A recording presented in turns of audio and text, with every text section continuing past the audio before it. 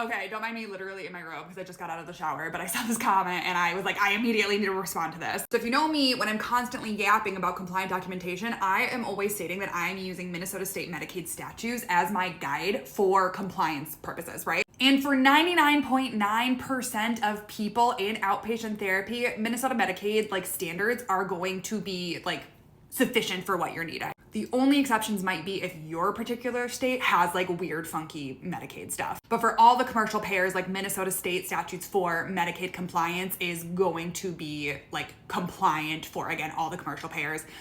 I say that because I know it to be true, but I feel like I need to cover my bases and say like, know your own contracts, know your own shit. But again, every contract I have ever seen, and I've worked all over the country, these standards are going to be just fine, okay? But the particular reason that I do use Minnesota Medicaid statutes instead of Medicare is because most of it is the same as Medicare, which is federal, right? So in theory, like Medicare standards would apply to everybody throughout the country, right? But there are a couple of things that are a little like lackluster in the Medicare standards that are much more like, just like spelled out in Minnesota Medicaid. Particularly medical justification for services, which we know is important for these commercial payers. And so again, that's why I base all of my stuff off of Minnesota Medicaid. And it's not that it won't apply to you, it's that it's Medicare plus a little bit extra. So again, it should be good for everything that you need unless you have like really specific Medicaid requirements and you're taking Medicaid in your state. Oklahoma, I know, is a really bad one. Virginia has a couple of